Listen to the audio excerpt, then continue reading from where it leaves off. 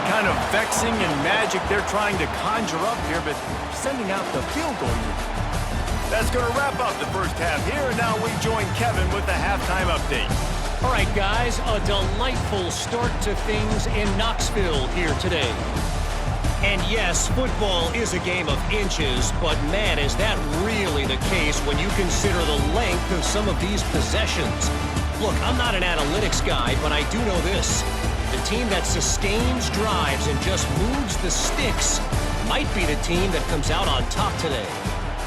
The Volunteers will kick it away to start the second half. He'll bring it back from inside his 5. Really disciplined job by the coverage unit to get down there and make the stop at the 19. Here comes the Oklahoma offense.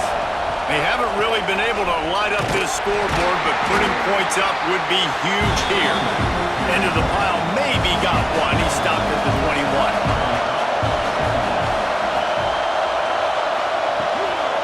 Right back to the well. There he goes.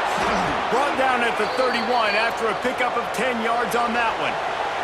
And they'll line up from the 31 on first down. To the air, it's Mateer. Quick strike complete. You'll take this every time. 5 yards on the first down play. Second down coming up.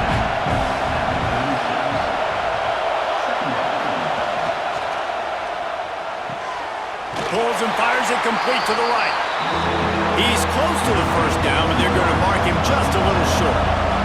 The Sooners are at the line trying to move the sticks on third and short. He took a hit as he threw it and couldn't deliver the football. It's incomplete and fourth down's cut. After the miss on third down, the punt team is on the field. He makes the fair catch, and they'll spot the ball at the 18. The Volunteer offense is back, and they hope it's touchdown time in Tennessee. And points have been hard to come by in this one. They'll try to put together a drive. Very little running room, if any, and he just hasn't had anywhere to go in this one. And yeah, that's kind of surprising. And we talked about this before the game. One of the big matchups. Run the football against a defense that's been susceptible against the run throughout the season. But this offense just can't find a way to get it going. And I'm surprised, but now what's your counterpunch? How are you going to get the ground game going? Because so far, not a lot of... And the Heat gets there, and they get him down at the 14-yard line.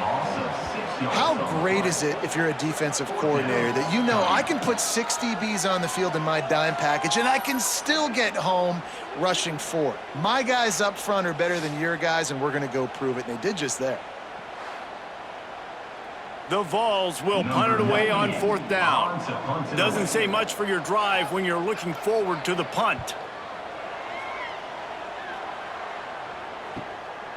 He'll field the punt and try to get some yardage. He was able to get that ball up to the 48-yard line before he stopped on the return.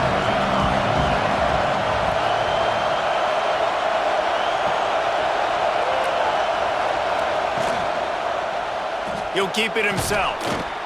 And he was fortunate not to lose yardage on that play, able to wedge it back to the line of scrimmage. So now it's second and long. Caught behind the line. It's Sategna. And maybe he'll get back to the line of scrimmage, but no more than that. Neyland Stadium, alive, a cauldron of orange noise on third down. Deep shot for the end zone. Oh, he dropped it. That deep ball was right on the money. You just have to make that catch. And the Sooners will line up to punt it away. They're up to a half-dozen kicks today. Probably not quite as good as he hoped as it goes out of bounds at the 20-yard line. Tennessee ready to go to work the Big Orange offense on the field. Out of the gun, the running back has it.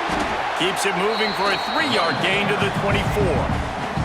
And the Volunteers want to pick up the tempo. Defense came into this one knowing they were going to see some tempo. They've got to get the call from the sidelines, get it communicated, get lined up. He'll pull it on the read. Stopped in the backfield. He's going to lose 3 yards on the play. Not exactly the ideal situation for this offense. Third and long, backed up inside their 20. Unloads to the wideout. Intercepted, and that is the last thing they needed. And they'll get him down after a solid return. And that's just excellent coverage. Man, cover one, nowhere to throw the football. Look at everybody playing man across the board, and you still got the safety in the middle of the field. Nobody open, and if I'm the QB, man, I don't need to force it. I don't force it into tight windows if it's not there. He throws it, unfortunately, gets the interception. Bad decision by the QB there. So here comes the Oklahoma offense. They've punted the last 3 times they've had it, and now really needing to put a score on the board on this possession. Got it behind the line. It's Lewis. Quick throw, but he's not going anywhere. The defense was all over it. Looking downfield, it's Mateer. Makes the grab. It's Lewis. They make the stop, trying to pick up just a little bit at a time to get to that first down mark. Third down, he'll try to pick it up through the air. Catch in the middle, it's Burks. They make the tackle, but he's got a fresh set of downs, and it's first and goal from the 7.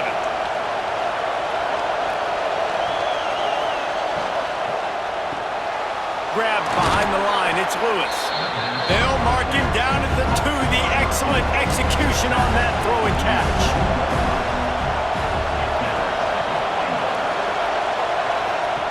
They'll go up top on 2nd and short. Quarterback floating away from pressure. And the quarterback is sacked. There are penalty flags down, but this might be doubly bad for the offense. I think the penalty might be on them.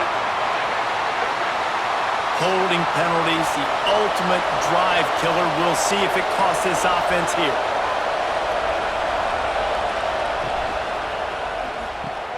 Catch in the middle, it's Sategna. They get it down to the 7 on that pass play in prime position for a score. They'll look to throw on 3rd and goal.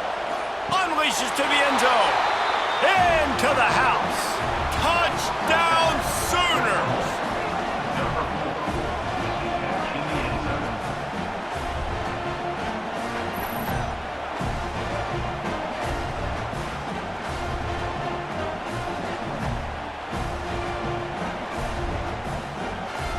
Ready to try the point after.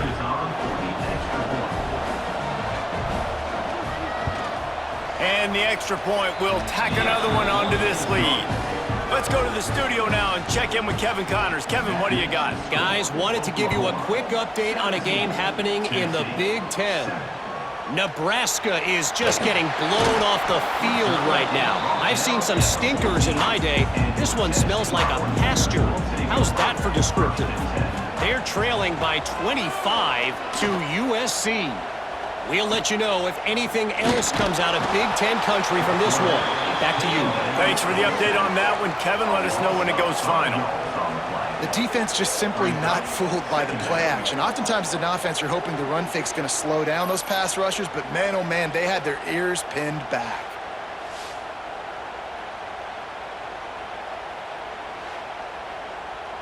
And the Vols trying to find their way forward after the big loss on the last play.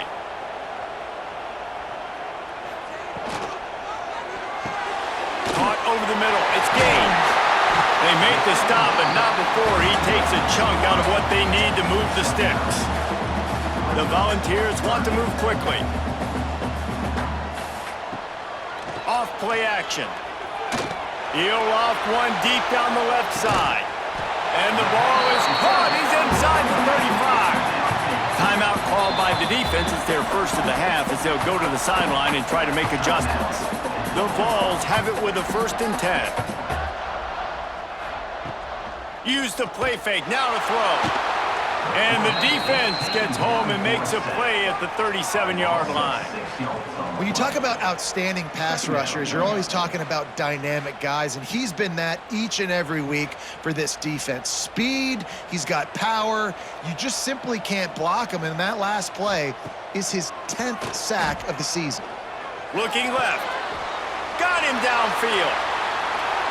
And he strides his way into the end zone. Touchdown, Tennessee! one of the reasons this offense is so exciting to watch, they've got guys that are dangerous after the catch. And if this quarterback gets through his progression, David, gets you in stride, these guys will take it to the house.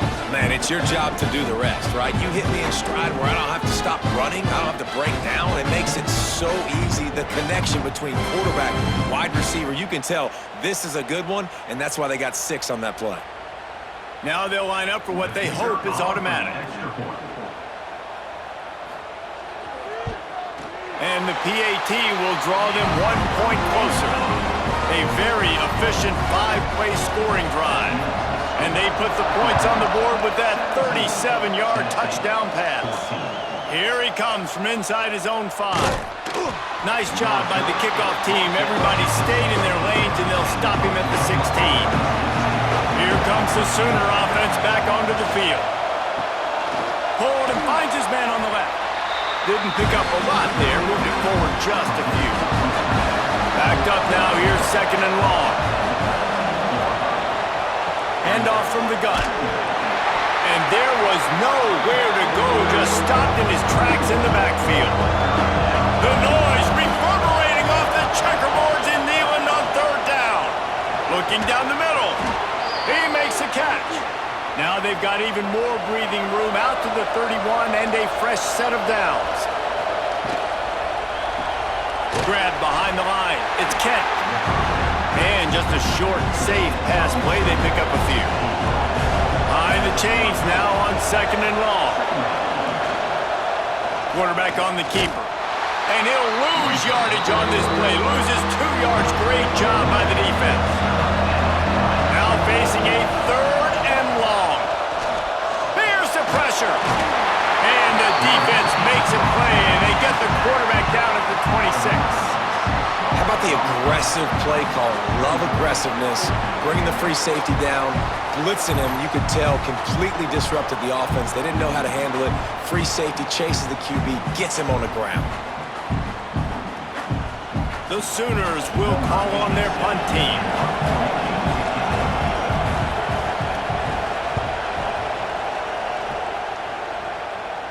He looks it in and makes the fair catch, and they'll have it at the 32. They'll start this drive at the 33-yard line. Find some fresh air. They've got it to the 49-yard line, and they'll move the chains. And the Volunteers moving quickly to the line.